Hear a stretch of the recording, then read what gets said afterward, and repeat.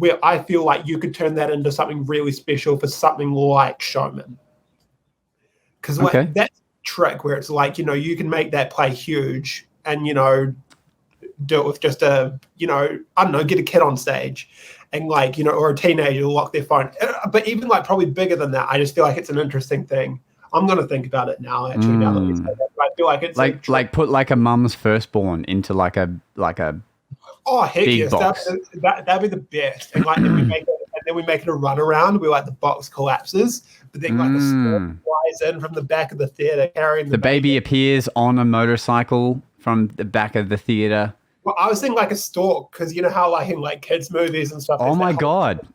Like yes. the idea of like how a kid is born is being brought in by the stork. So like imagine a stork flies in the kid, and it's like, so people are like, oh, don't worry, we got your new one, and then they're flying the baby, and then it's like, OMG, it's the same baby, and then it's like a tag to their ankle that's been signed, so we know it's the same kid. You know what I love out of all of this is Mika is just learning how babies are made. They're guys. They do magic. They are the magic guys. Did you miss us, guys? We've been away for a week and we're back. And my two co-hosts have changed nationalities from New Zealand. We have Mika Harris and Brendan Dooley. Let's give them a welcome. Howdy. What is up, gentlemen? The same old, man. Now we're just here with your gorgeous face, so life is good. Yeah. Hey, and for those who don't know Mika other than the name that comes up in the editing, this is him. This is our fancy editor on Instagram, making his debut on the podcast finally. So now you're in control because you edit the clips that go up. So you can make you can make yourself look however you want. You could change your face, you could change your hair, give yourself Arnold Schwarzenegger muscles, whatever you want. So it's pretty exciting. Guy podcast. Oh yeah, just me. Exactly. Look at my guests, guys. Yeah. Take home. Now, one thing you guys might be noticing is that this is not live right now, the way you're watching this. And I'll explain really quickly. So obviously I have a lot to do with the broadcasting of this. And last week I had a very special project in Sydney I had to go to, couldn't do the podcast. And it just made it a little bit too tricky for it to still run. So again, I have a tour that I have coming up we'll talk about in a second, but I have to do some promo for it, some media for it, and I wasn't going to be here again, but I didn't want to leave you guys hanging. So we've put this together to so you still have, you can still enjoy a podcast, just not live, that's all. But if you listen to this on Spotify, you're used to this anyway, so you're like, I don't care. So that's good. I apologize in advance. He already messaged 6 people before he messaged me, and I was like, yeah, all right. Yeah, I was like, do you have any friends? I was like, do you have any friends? He's like, I'm hanging with Mika tomorrow. Do you want to run or not? And then Josh was like, if I have to.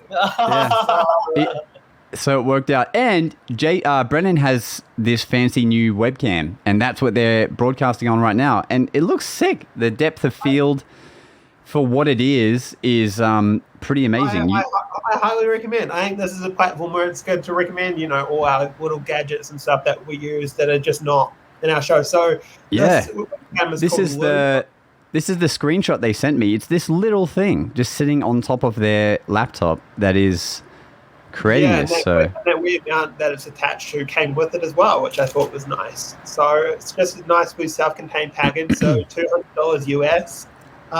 So the website is getlumina.com, getlumina.com. Look at the comparison between that and like the Sony webcam, not webcam, but the Sony camera that everyone's using for virtual shows. Like it's crazy. Like for $200 and the size it is, so the fact that I can chuck this in my backpack and but get this. So I'm out of town right now. I'm not at home. The fact I had this in my backpack and I was like, oh yeah, I can chuck this on and we're good to go. So it's crazy. It's a pretty cool piece of kit to have. And what it means is that you could, like if you already have a camera used for streaming like me, you could get this and now you have a high quality like 2-camera switch. 100%. So, I feel like I'll be playing a bit more virtual this year. So it's just, have that with my close-up camera or whatever. I think it's pretty cool. That's sick. And have you guys seen, the rain that's happening in Australia? Like, is it on the news for you guys, or No, what's going on? you guys don't watch TV? So right now, I'm surprised you can't hear it. It is bucketing down outside. But the thing is, it's been bucketing down for like 3 days and 3 nights, like non-stop. So parts of Queensland are flooded. My brother sent me a photo, and it's of his area. So in Milton, Brisbane, and this is a road, and there's a little thing you can see sticking up out of that road is a bus. So the top of a bus is... what the heck? Yeah, so that's what's going on in Brisbane right now. It is insane. Fortunately, so tons of areas are flooded, roads are closed. Where we are, it's newly built, so it's all the infrastructure's made to not flood, but like all of the older sort of areas and older roads are just like gone. Luckily, I have no gigs to get to, so thank God for that. COVID. Yeah. Hey, I'm excited to show everyone this trailer for this new show I'm touring in. It's called The SHOWMEN. If you're just listening to this, you can find it on our Instagram or watch this part of the clip because it will be timestamped. But let me show you this, and then we'll chat about it.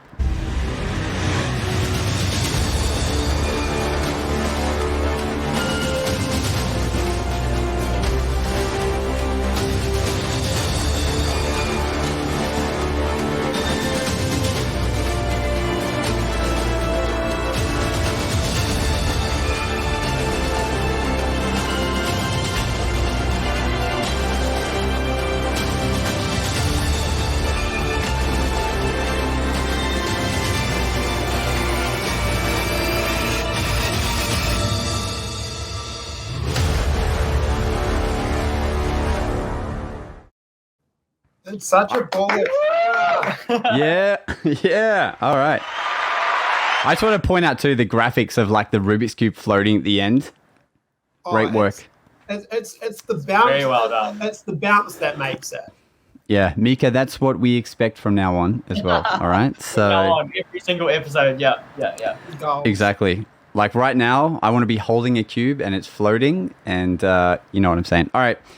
Yeah, so that show, we're starting the tour in April, and unlike other shows I've done, first of all, there'll be a big audience, but second of all, it's a family show, so it's going to be all 5 of us doing our magic, but for a family audience, which Brendan is very versed in, but we were just chatting about it a little bit beforehand.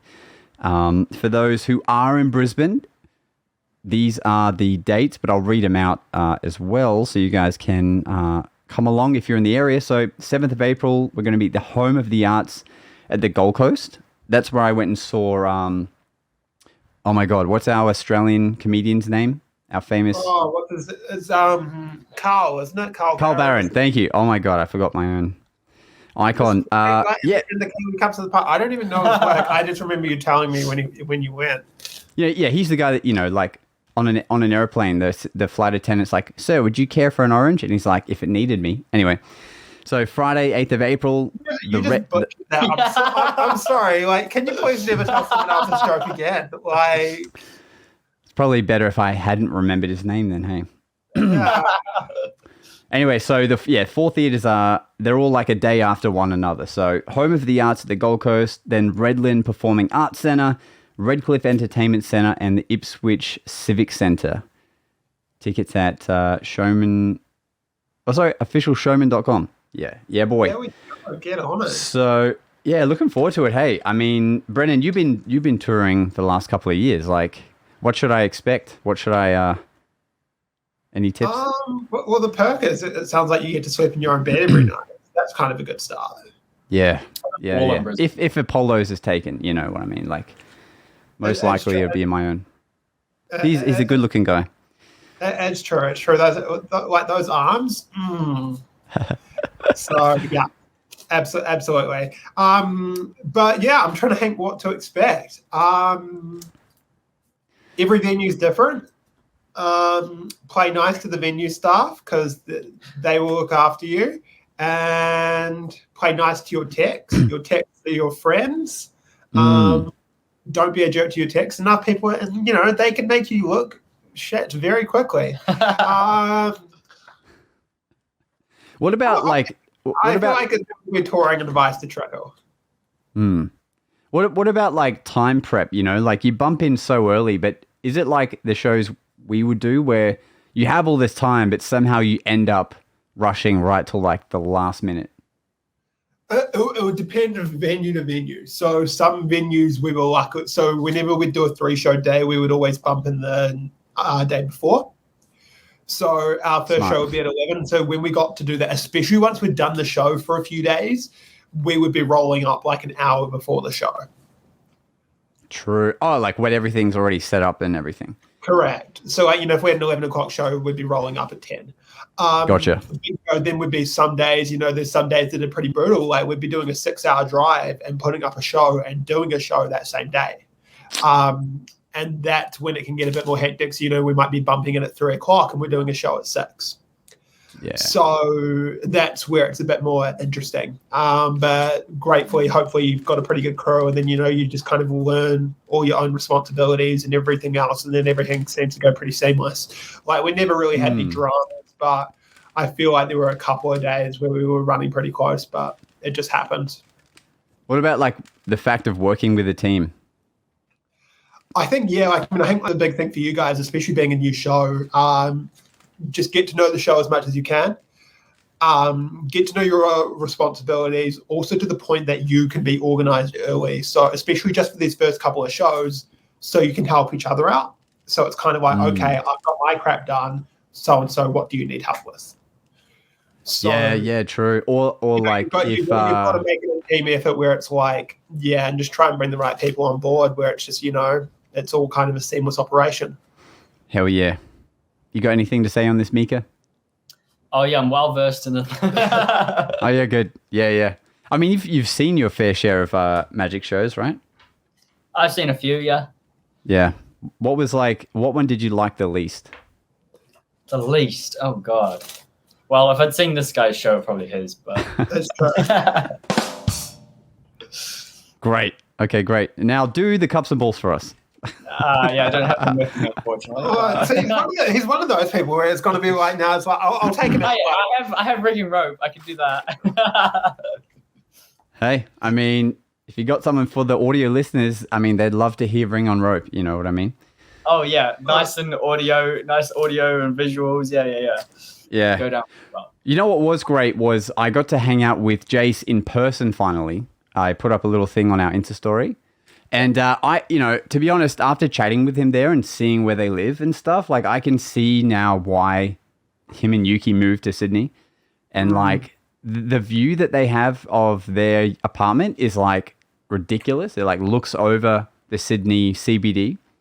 Crazy. And so they can almost literally like look out their balcony and go, is there enough foot traffic to go busk? Yes. Okay, let's go. That is the ideal. I feel like he's got a new contender now for probably like where Joel Venden lives. Like, yeah, that's it.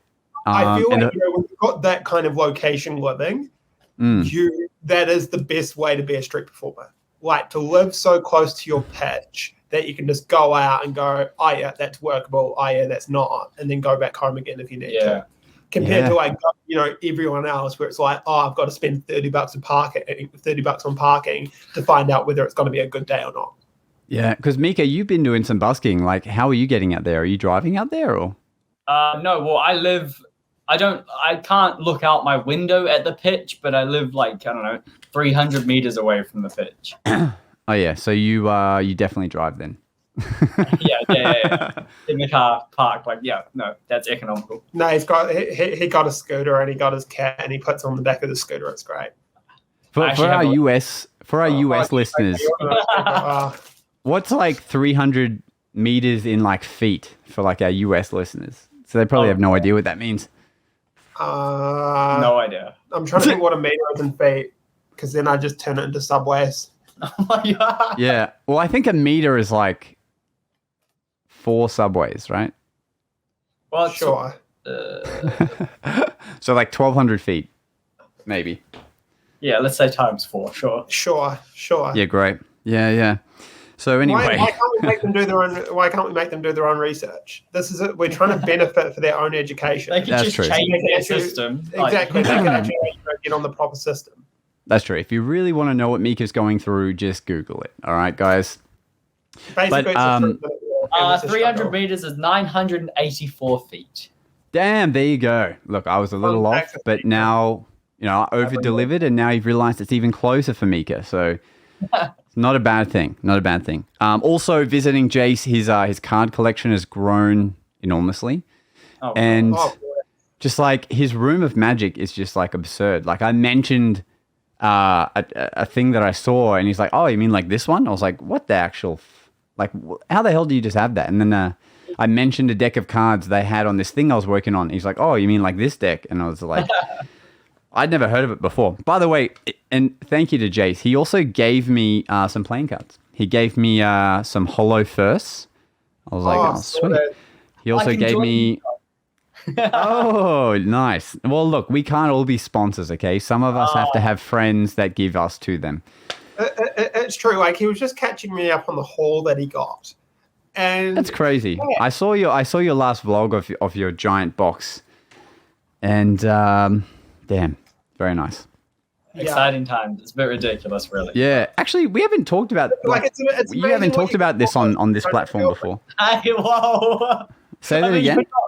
But like, what did you say, Brendan? I said it's amazing what you can accomplish when you don't have a girlfriend. Well, facts. Yeah. I feel very attached. Like, I saw your Insta story yesterday of you jamming with those guys, and I'm like, yeah, everyone there is single because they have the time to do that. And I'm considering none of them are single. And it's shocking. I don't believe it. But anyway, so then Jace also gave me this deck. So he goes, "Oh, do you want to see like the worst colored back deck I own? Like the one I hate the most, like the design?" I'm like, sure. So we jammed with it, and he's like, "Oh, these actually handle pretty well, but I hate the design." And then he's like, "Oh yeah, just have a deck." So he has like an unopened deck of this playing cards that he doesn't like, and so now I've got them. That's not bad. That doesn't look that bad. Are the faces white or black? They're not illusionists. They're designed by thirdway.it. Giovanni Moroni. Yeah, interesting. I'm going to open them up while we're chatting, and we can see them. But I'm not sure if I'm talking. Yeah, I think it's more like that. It's just like a super busy design. Yeah. Right. And the third way decks that I have, I don't have them with me, but they're like fully colored. Like the backs and fronts are both like fluorescent purple or like purple, like fluorescent green on it. It's very weird. Mika, are you like no longer allowed to use decks other than first? No, haven't been told no such thing. Until someone knocks on the door. Yeah. Could you imagine like the moment he picks up another deck and Ramsey just knocks on his door? Yeah. Bro, what are you doing? I just want to. If Crips Ramsey watches this, I think that would be some quality content. Like if someone can just stalk his sponsors, I'm sure he has the money to make it happen. And then just next thing, he just rolls up on their doorstep going, "What are you doing handling other decks?" Yeah. That'd be quite funny. So this is the first thing you see when you open it up. Oh, okay. I'm put off it already. Okay. Knowledge is power. And then, this might not be a timely one to show. Screw it. It says they deserve a cocktail. Jesus. And then... oh, bless. Okay, yeah. and then you get the actual deck, yeah. Look at these. These are just so distracting. Yeah, that is... It reminds me of a deck of someone that we know that did. Yeah, right. And the back is just like, again, it's just a little bit distracting and... Like the red is cool, but... sorry, is it Third Way? Is that the company of Third Wave? Third Way, yeah. Yeah, I'm sorry, Third Way. I'm not a fan. I apologize. Yeah. Well, I mean, that was the premise of me being given these. Not marked. Okay, cool. But I assume there's a chaos deck then, if that's order. You would hope so. Clever thinking. clever thinking. That's why you've got the sponsorship. I doubt That's clever, man. No, but tell the viewers, like, you know, because everyone I'm sure made a video to try and get like the sponsorship, right? So like, how did you go into it thinking, like, what was your approach? Were you like, I'm just gonna consistently make a ton of content, or like, how did you structure it? It was Give the viewers what they want. I woke up in the morning and I like saw that post. It was the weekend and I woke up and I saw that post, and I don't know, I instantly jumped out of bed, and I'm like, all right, I had like 4 ideas running through my head like instantly, and I'm like, I'm just going to film all of this. I think I only actually did like one of those ideas and then had other ideas that I used anyway.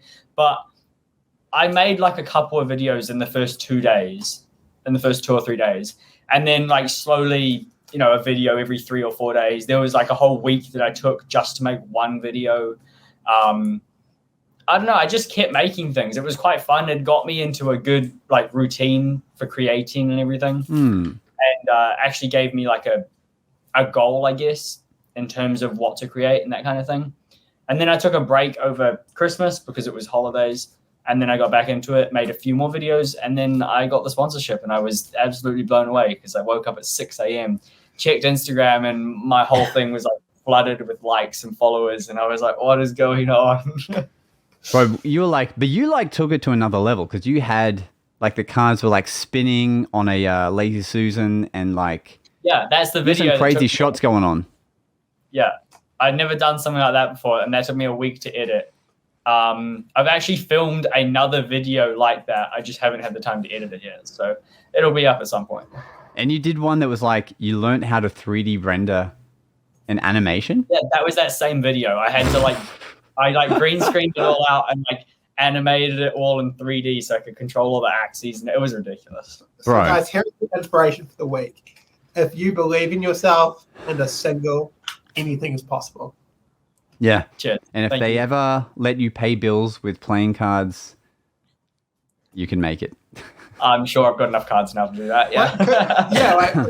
Like how much are first worth now? Like, are they sold out? Like, I haven't followed, but like, surely he can just go to his landlord and just go, here's 4 of these. This is like a month of rent. I promise. Here's eBay. This is a month of rent. That'd be quite good. Absolutely. Like, how much do you think that crate you got given is worth, like in merch and cards? That crate was ridiculous, considering if you went and bought all the clothes individually, it's like hundreds and hundreds and hundreds of dollars worth of cards. Dollars worth of like clothes and cards and everything. And then I also got sent like 3 bricks of other cards. So if I had bought those myself in New Zealand dollars, it would have been like $1,000 just for the cards. Like it was ridiculous. No, it's worth mentioning. It got shipped to him from the US to New Zealand in 4 days. Yeah. So wow. It would have been probably a couple $100 in shipping. Yeah, ridiculous. So like Piper Magic, the magic store here in Australia, they're selling holo playing cards for $39 for 1 deck. Come on, Piper. Shipping. Heck. Oh, and right next to that ad, you can also buy a $19.99 Charizard Pokemon card for just a nice $700,000 fee. So, oh my god! Oh damn! I will go and play spin bid. Yeah. Right, so Charizard or a deck of cards. When you see those two comparisons, $39 really doesn't seem like a lot. No. I don't think I've ever seen a price tag like that that's 6 digits. It's not like a car or a house or something. It's literally a piece of cardboard, you know? Like, but even then, I can pipe it. Like, he'll have to sell it for that. Like, just because, again, international shipping is so stupid right now. I need to tell you guys this. This is my story for the moment. We were talking beforehand, like, just a little bit about stuff we bought and all that. So I bought a coin set last year for a new piece I'm working on my show. Hundreds of dollars, and it's made by Jamie Schoolcraft, who makes like the best coin sets in the world. So it's already like a 6-week wait for this guy. So you place your order and it's 6 weeks before they even ship. For 4 effing coins, I paid $90 US in shipping, and it should have been here in less than a week. They arrived the other day, 2 months, dead on the dot. 2 months what? Overtime? Yeah, so they arrived 2 months exactly after they were sent, and I paid $90 in shipping for like a package that's probably like this big, for like a flat pack envelope. Yeah, literally just put it in an envelope. And oh my god! To the point, we had actually gone through the process of making a claim to say the package was lost, and then all of a sudden it started moving again, and it was like. And the claim got approved and everything, so they were going to make me another set. And I'm kind of annoyed because it was probably only another 2 or 3 days, and Jamie probably would have finished the new set, and then I could have gotten 2. Damn. That would have been amazing, but hey, it happened. So yeah, shipping sucks right now. Yeah. So did you get them made in New Zealand coins or US?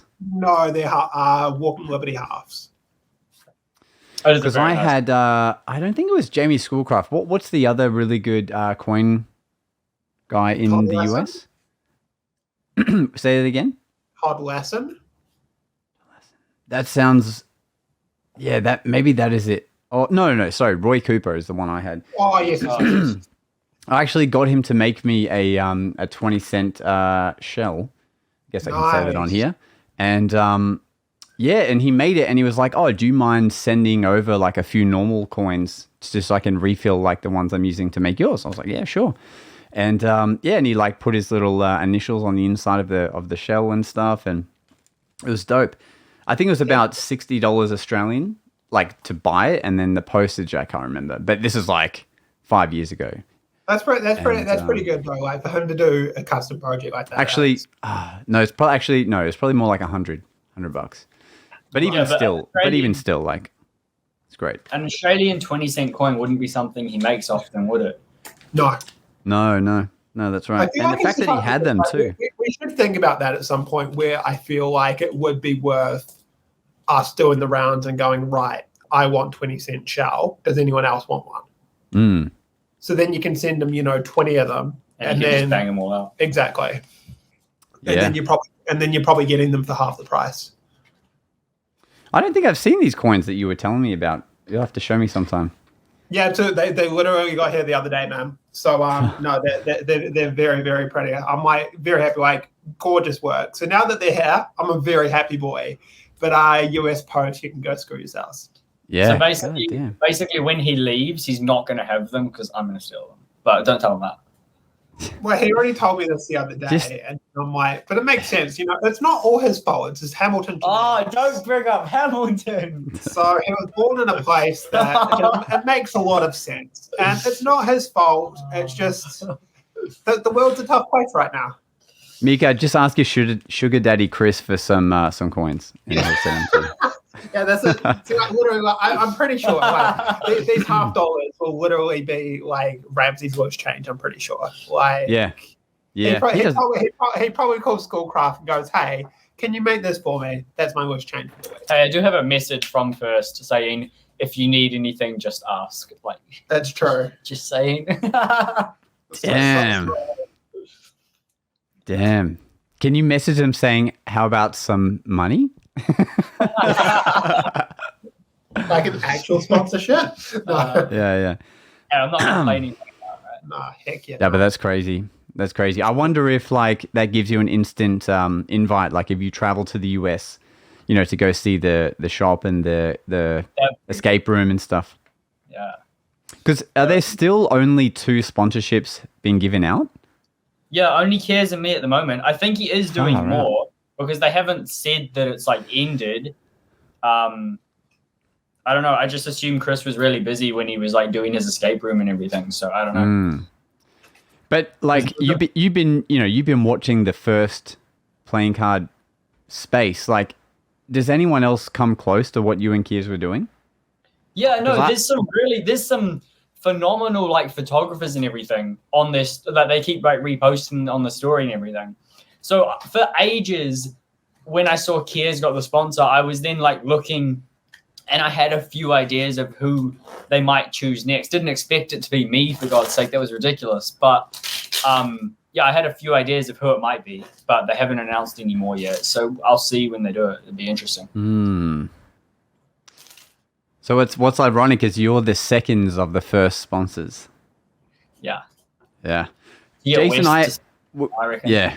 we had this weird moment, Jace and I, and we lost our shit afterwards, where he was using the playing cards and he starts doing this move, and I'm like, bro, are you doing seconds? And he's like, yeah, why? Did they not look good? I'm like, bro, you're doing seconds. And then he took a moment to realize what was occurring. And it was like the most funniest thing ever, because it's like, oh, bro, I'm doing seconds with seconds. We've got to make a video about this. But he obviously hasn't. But oh my God. Well, that's something I'd expect Mika to find funny. Hey, well, that's such a virgin thing to laugh at. We already talked about this like 3 days ago, so it's fine.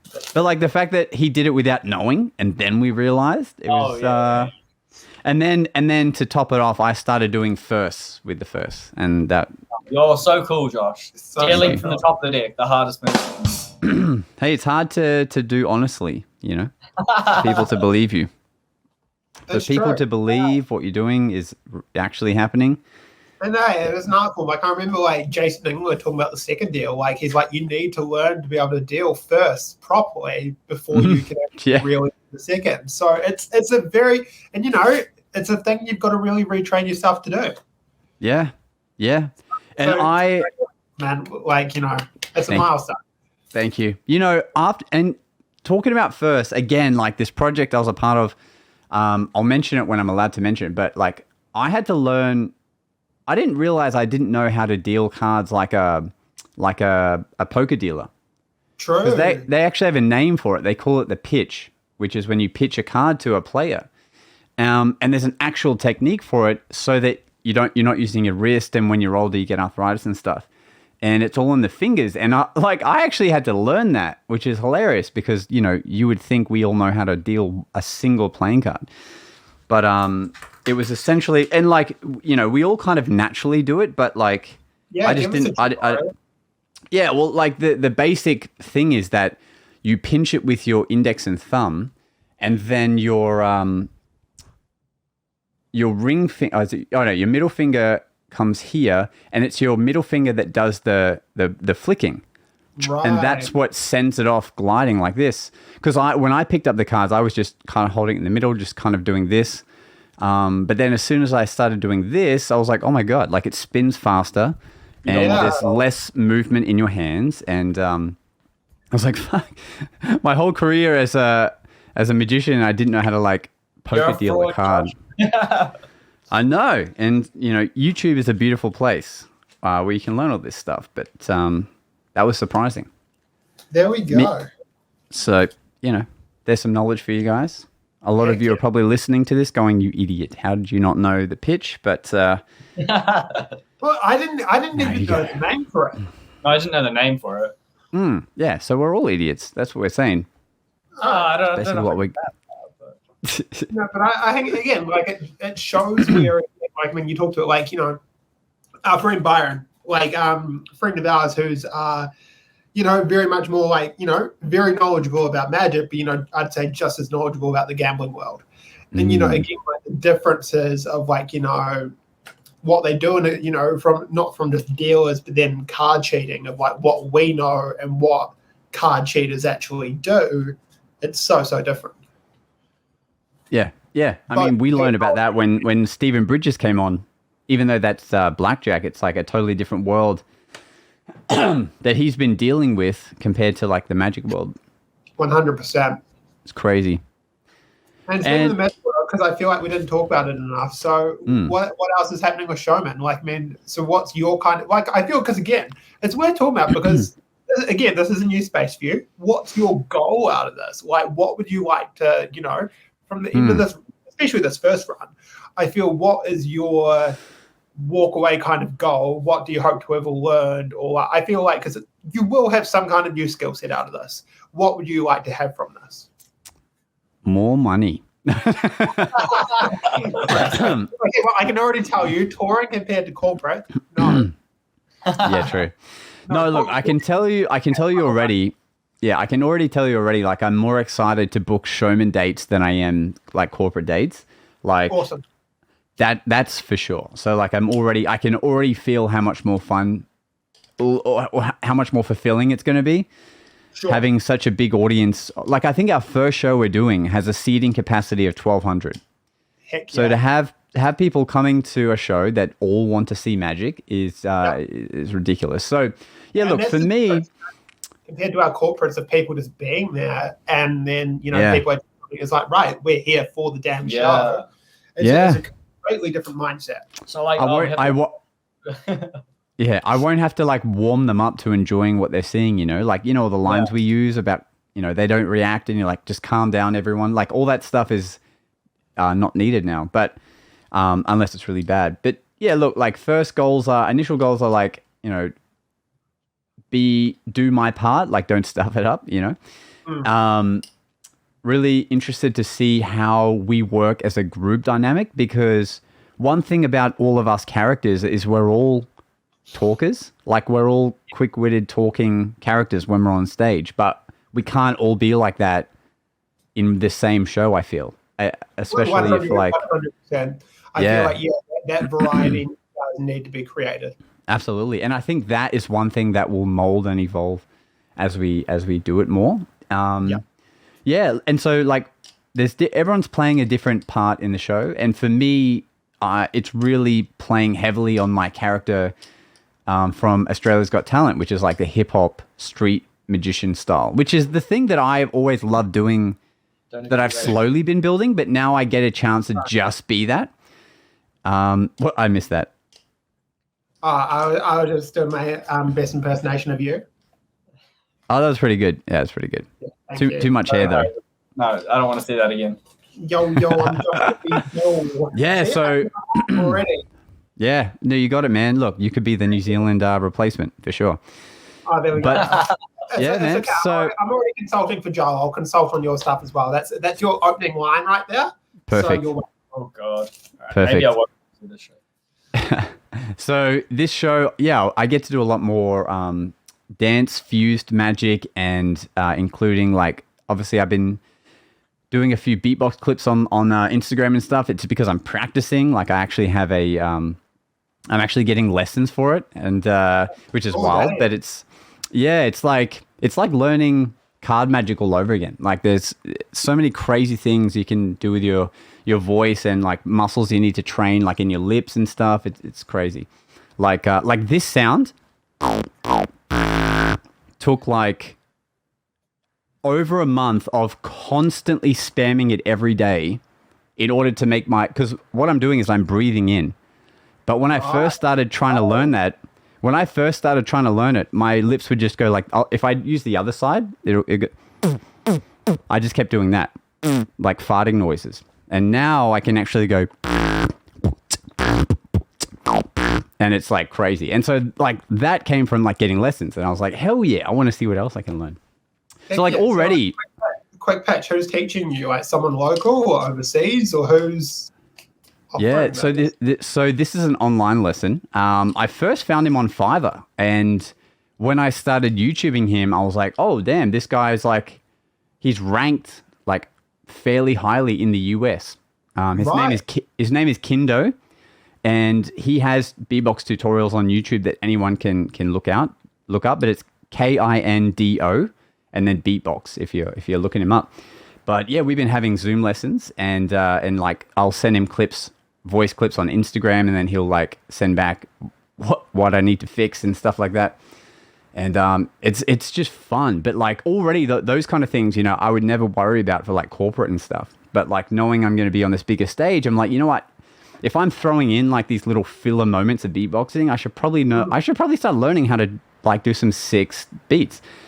So stuff like that. Yeah. So like developing more of that character is what I'm really looking forward to doing. Heck yeah. Building it out into like a bigger production is exciting. So yeah. Yeah. So hopefully you get to see like the different evolutions of the shows as we, keep doing it. No, absolutely. Well, that's the thing. And I think that's the other thing with touring as well. It will change quicker than you think. Yep. Like, I think you're right. Like almost like per show, do you think? I feel like I learn quicker in theatre than I do in corporate. Like I still learn in corporate, but with corporate, you do learn quickly. because you need to be good. Mm. You need to convert these people, whereas theatre, again, they're that bit more chill. But there's just something about it I feel like I learn quicker. Like, you know, so for me, when I'm on tour, I'm typically doing 20 to 30 shows, depending on the run. And, you know, again, the show and the material is just completely different. Which is ridiculous, like, to be able to do 30 shows and refine. Like, when you did the Magic Castle, you did what, like, was that 30 shows as well? Like, in the space of, like, a week or something? 29 was the final count, yeah. So, you know, that was in a That's week. ridiculous. It was mental, absolutely mental. And that's where it's that high-pressure environment. Imagine doing 30 shows in a week, for those listening. Like in an environment where people expect to see world-class magic at the Magic Castle, you know? Yeah, so I can tell you there were a lot of disappointed people. In the first 5 shows. Oh, 100%. 100%. Like, when I got a standing ovation, it was people walking out. So, yeah, that's crazy. no, but I was, I'm grateful those shows were very well received. But yeah, it's just, again, it's that crazy environment, especially, the weekend, because I was doing 7 shows a day on the weekend. And that was just, that was insane. Like, where's your head at by, like, show 5 of that day? Well, it was that the shows weren't overly different, but I was doing like the brunch show and then the evening show. So they were slightly different sets. So there was just that transition point between, you know, kind of the 4th and the 5th show of going, okay, now I'm in this mode. Right, yeah. Was there any mental jamming of not remembering, like, which part you're up to? Because you kind of feel like you've done it all so many times? A little bit more so in terms of actually kind of like setting. Like, it wasn't, I remember like there was one show, I forgot to grab like a piece of foam board for writing down the serial number, just because I hadn't done it on that last show of the brunch. So it was kind of like it was more so those little things. So I'd be like, where's my phone board? Oh, I didn't even put it out. And like, it wasn't a big deal. Like, I had them like, you know, literally just behind the curtain, but it was just those little things. I kind of found more the obstacle. Like, once I was kind of in the show, it was like, okay, I'm doing this, this, and this. Yeah, we're in the flow. Yeah. You know what that reminds me of too? And I'm sure Mike and Chris wouldn't mind me saying this. So obviously Mike and Chris are in SHOWMEN. You know, we had Chris on the podcast. They had their world touring the Naked Magician show, not a family show. And no, I went and saw... Yeah. So they'd had quite a big break during the pandemic. And I saw like one of their first shows back. And they do a Russian roulette with a mobile phone, a spectator's mobile phone. And Mike like went through the motions of doing the routine. Like, he asked the guy to take out his phone, but then going where I think it is. Yeah, but then he put all the numbers on the bags. And then he's like, all right, go on and roll a number. And the guy rolls a number. He's like, 6. All right, cool. And then he's like, hang on. We haven't put any phones in these bags. Like, he just completely skipped like putting all the dummy phones in, then putting the spectators in, then shuffling them up. It was just like, he was just so excited to do the show. And he just looked at Chris and was like, we haven't put anything in these bags. All right. And like, you know, it's funny and they played it off well, but it was just funny to watch. And you're like, it's been a minute. That reminds me of a mate of mine. Crikey, this would have been 10 years ago this year. That's insane. Anyway, a friend of mine, magic competition, doing a smash and stab. You know, all was flowing well. Oh boy. He didn't mix the bags.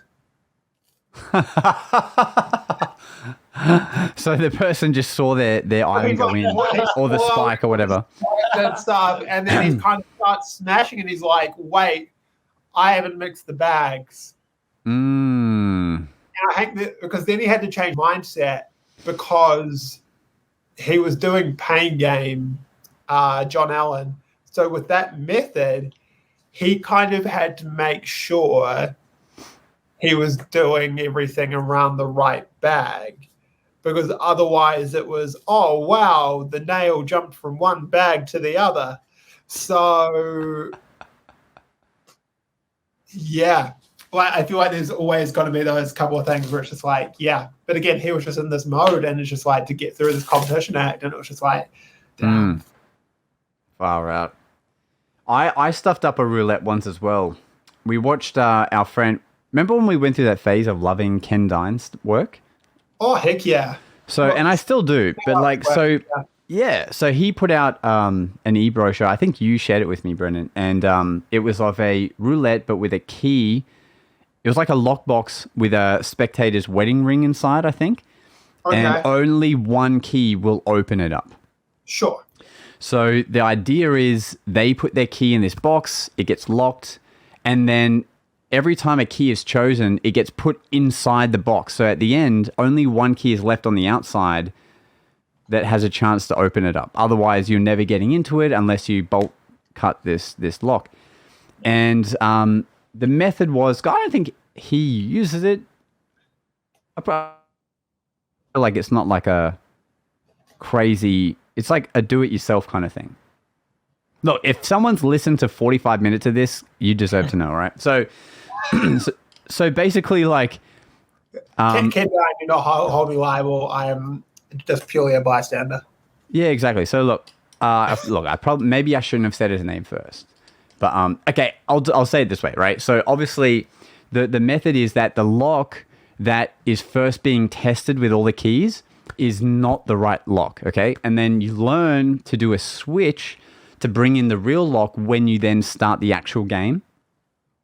But I, being the first time I want to try it, am an idiot. So in the show is the first time I'm trying to do this routine in its entirety, and I do a bad switch to where the whole audience, unbeknownst to me, knows I've just switched the lock.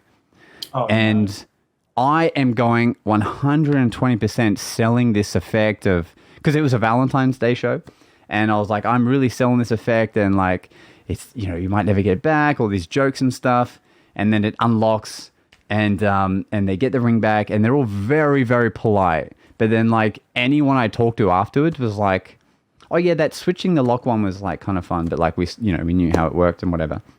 And I was just like, God. Well, you are. Oh, you saw. I'm so glad. It was like this is my variation on paper balls over your head. I'm glad you saw that moment. That was exactly what was supposed to happen. Oh, the switch wasn't obvious enough. Okay, sorry, I'll make it more obvious next time. Oh, mate, I was like, because in theory, it could be a fun effect, but yeah, that's just Yeah, never again did I touch that routine. By the way, well, like I feel like it's just. Don't be so shit. Yeah. No, you're not wrong. You're not wrong. Yeah. Or maybe I shouldn't learn a sleight of hand trick from a mentalist. I don't know. But either way, it just didn't work out the way I planned. It's not his fault. It was a PDF, man. Like, also, I'd expect more from you. Well, now I do more, but back then, it's an interesting kind of effect. I could actually see you kind of doing something with this. Like, to be honest, like, I think you should play around with that.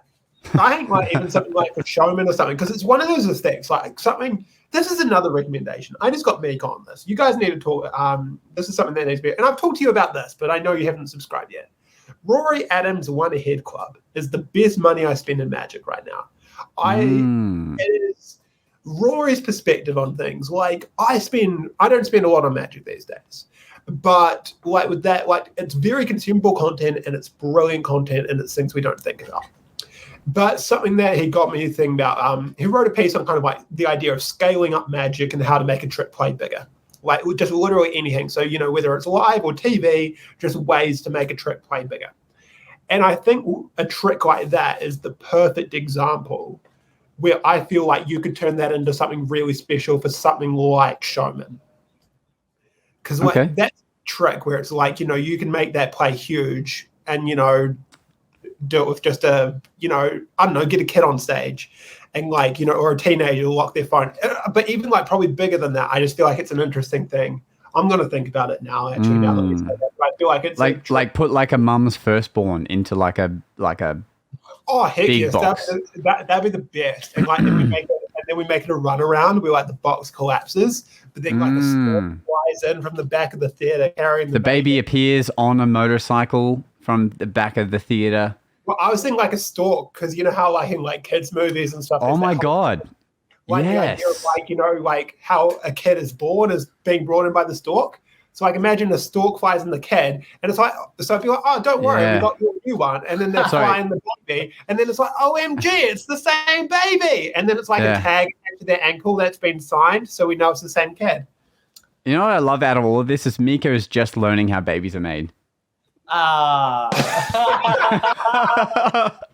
And we just found the reel. And if anyone steals that idea, I will track you down. I will track you down because that is a freaking brilliant idea. That is pretty brilliant, man. That will be on a TV or stage show. In the good next luck 5 getting years. a stalk, but okay. Oh, yeah. Well, hey, animatronics, man. We're on that. So now the real question is, do you actually do a runaround or do you just have a Stooge twin baby set that comes to every show? A baby we could easily smuggle out. Right. So we're not just finding twins and saying, hey, can you bring No, I think we two could babies? do the same baby. So the twin babies would be pretty identical. So, Yeah.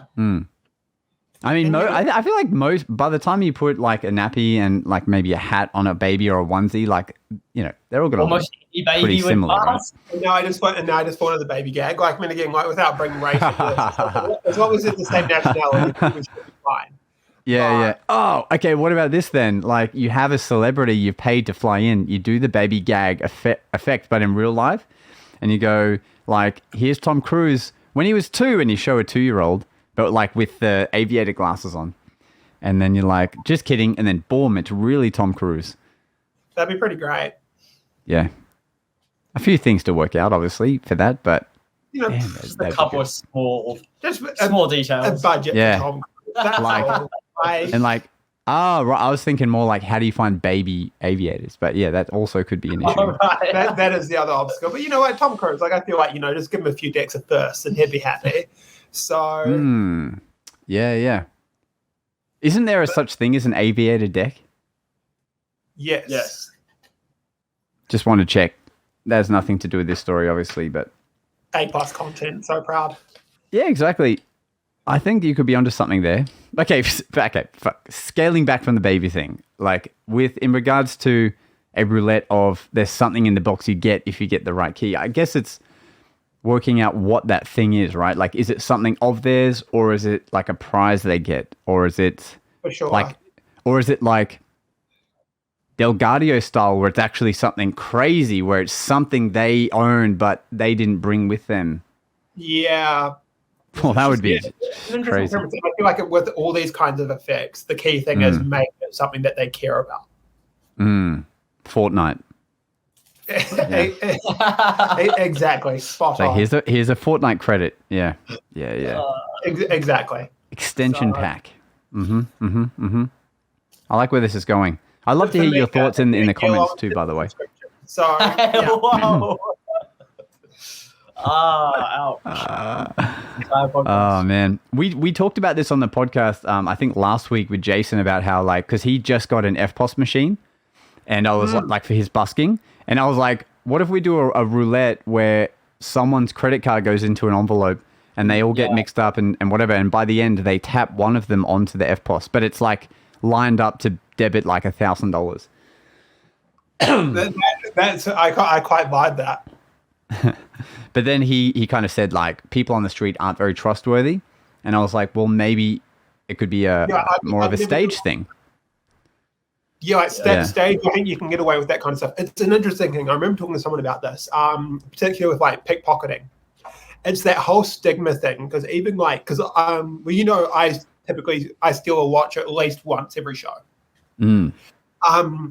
Even close up at a gig, I'm pretty careful of whether it's appropriate to steal a watch or not, because I think it all comes down to credibility. On the street, you don't have the same credibility that you do on stage. I would personally never steal a watch on the street, just because it genuinely someone will think it's theft. Yeah, that's right. Whereas on stage, it's if someone sees it, they know it's whatever. But even close up, it's just that weird thing where it's kind of like, has he been paid to be here? And if it's more the end of your set, but if you did it quite early on, I feel it's just that thing, you don't have that credibility. Yeah. And I'd say it's the same kind of thing. Whereas on stage, if you do that, fourth routine into your show, then it's a different story. Might also be if he's stolen my watch, what else has he stolen from me the rest of the night? And then 100%. If I get their watch, I can get their wallet. So and your dignity. absolutely. Do you think there's something in the watch this gimmick where on stage you could like have a card transpo with a watch? So like the card that they'd chosen or whatever from the stage is now in like their pocket and you now have their watch? Well, an idea I had for that kind of in that vein was actually virtually. Kind of being like, this is how I pickpocket virtually. And then my idea was to client, like stooge it with the client and then have them unmute themselves and go, what the fuck? And then kind of like have them react like I stole their watch kind of thing. So I've never done it, but, something like that I've kind of thought, because it's a cool moment. And I feel like there would be that kind of power. So, yeah, I feel like it'd be hard to rig with a spectator's watch. That kind of moment of like, let's say you had really stolen their wallet. So then you could go like, look, watch, boom, watch. Is that your watch? No. And then I do the joke of like, oh, no, that's mine. And then go, oh, but I did get your wallet. And then give them their wallet. That kind of moment, I feel, because I feel like it'd be hard to rig with a spectator's watch. Okay, two points on that. One is, from the stage, they can't really tell if it's their watch or not. So, like, by the time, like, them realizing theirs is gone, I think is enough to sell it. So, like, you just, as they're coming up, you get their real watch in view. Or the other idea is, what if you do card under watch and you use that joke you just said? Look, the card's gone.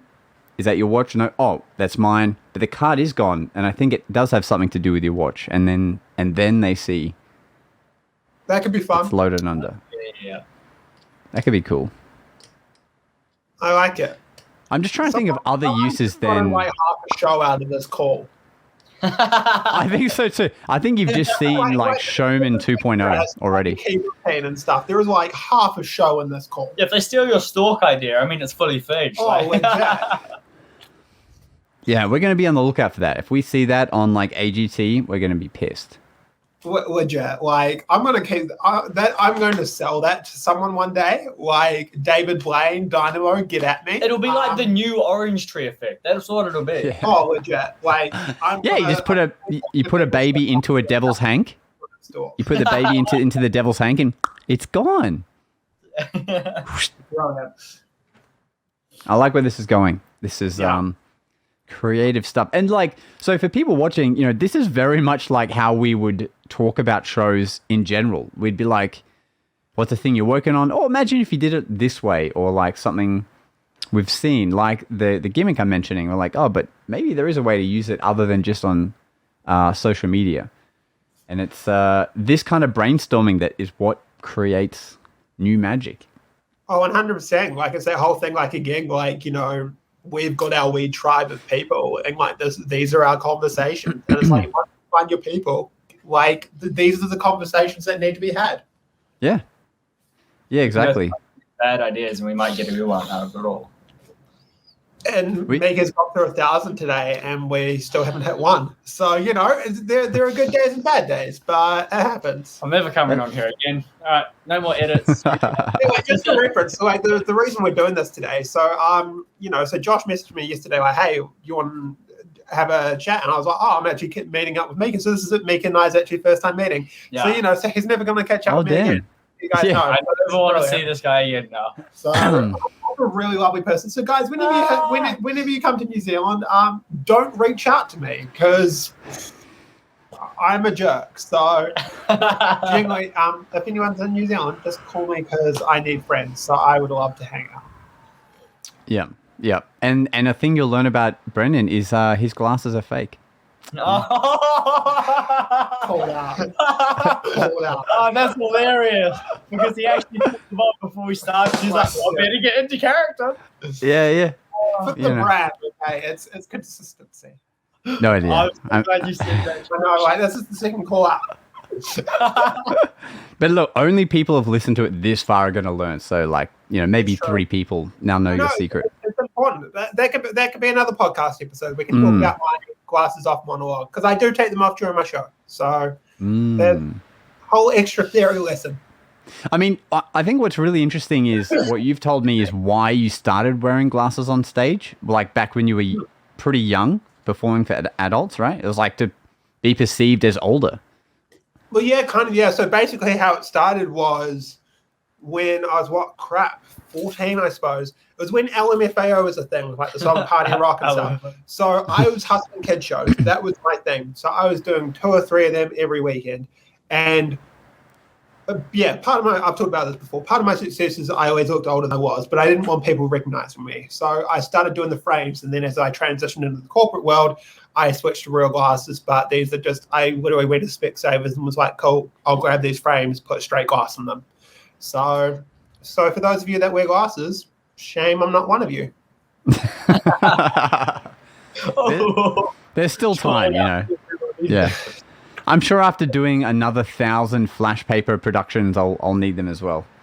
Oh, it's true. Yeah, absolutely. You know, these days, I actually now make a point to not look direct, because you always want to look right at it. So I actually make a point to look just next to the flash paper now when I produce a coin, because it's just every time I do it to myself, and like the audience is blinded, right? But I also am blinded and have this sort of black circle for like 5 seconds. And I'm like, you know what? That probably isn't good. So now I look away. Or I look at the audience and watch them react to it. Josh is just going to destroy his peripheral vision now. Yeah, see, there we go. These are the pro tips. Yeah. Also, don't light a banquet table on fire with your flash paper. That's another pro tip that I learnt after a gig. But, we learn one way or the other. Oh, but I can tell you, it's very entertaining for the story after. No doubt. That's what we come away with, is the stories. Like, I can't wait to hear what kind of stories come out of the Showman tour, because I'm sure there'll be many. 100%. I'm sure there will be several. Yeah. Like, so I look forward to hearing about the back foot that went wrong, or the Rubik's Cube that was turned once too much. Or you dropped the Rubik's Cube on stage and absolutely smashed it. Have you ever had that happen? I've never had it happen in my live show, but I've had it happen in my virtual show. So when I last did, because right now I'm doing stints at the Cairns Reef Hotel Casino, and my buddy Mike Tyler is there right now, and I'm kind of doing like every second weekend, and I'm working on my cube stuff to get more fluent. And like I was shuffling it, and I think just one of the things popped out, one of the colors. But that was it. It wasn't, I didn't drop it and create M&Ms on the floor or anything, but what do you do? Hey, like, even when I did Australia's Got Talent, and I did the cube bit, they didn't want me to have an extra cube on me because it was like making my back pocket look pretty bulky. But if you watch it, you'll see a massive cube in my jeans back pocket, because I just didn't want to have the risk of forgetting a part of the routine and then just like being spotlighted, like, oh my God. I think the key is just to have extras. The right call. Like, it's one of those things where in those situations you need that backup. Like, I'm grateful for me, like in the virtual show, I had a spare cube good to go. But in my live show, I don't. I have a spare cube, but it's not accessible. So it'd be that little bit of extra work to get there. But it's interesting. Yeah. So what I do is I put 2 in my little box on stage, but the one that I don't use, that's like my backup, I just twist it like this. So now I can see pretty quickly that okay, this is the one I'm using. Nice. And just in case, because like one is a little older and a bit clunkier. So but I'm literally ordering like 6 cubes from Piper just so I've got backups. And I think what I want to do is, because in this show, that sequence ends by the spectator solving their cube behind their back. You guys know what I'm talking about. And I've done that in a show before, and at the end, like, the people of the friend who did that came up and asked, like, if they could see the cube, because they wanted to know if there was like a button that was pushed when it was behind their back. And I think I want to give out the cube. Like, I think I want them to solve it and then keep it. I think that'll be, it's a nice ending moment. I really like that, especially again in this theater environment. It's a nice memento for a stage. Yeah. Like, dude, just message Henry Harris and be like, I want 20 of them. Like, get a bulk deal. Yeah, true. I mean, even from Piper, they're only like $17 each, which I know might sound like a bit, but like when you're performing to a massive audience like that, like that's more than worth it to 100%. Well, I can already tell you, like, okay, if the show continues, we can get them cheaper than that. But it's, like, I mean, I think it's nice. And it's just that nice ending sequence because you get to go, boom, done it. They're still holding it. You're not taking it back off them. Yeah. And then you go, F off. Yeah. So, and by, you giving them the cube, that cancels out you saying F off. So that's right. It all balances out really nicely. But no, like, it's just a nice ending visual. So I support that idea greatly. Thank you. Came up with it by myself. And now it's been the stamp of approval from New Zealand. Yep. Appreciate it. So look, I think that pretty much wraps up our podcast, which is awesome that we had so much to talk about in such a little time. But anything you guys want to add in for the viewers? Mika, any requests for future podcasts for in terms of editing? Anything we're doing wrong or that's annoying? Make sure there's actually an episode I can edit. Bro, that was deep. There are some conversations that are coming up, so it's going to be great. I will be ready. That's awesome. My popcorn will be effing ready. Yeah. But yeah, you guys just stay on standby every week just in case. And we have to pre-record them again. And thanks to COVID, all my shows are cancelled again, so we're good. I'll be yeah. God damn it. Brendan and Mika's details will be in the description below. And thank you again for watching The Magic Guys, and we'll see you guys next time. Thanks for listening. It's time for us to disappear now. But we'll see you again on the next episode of The Magic Guys.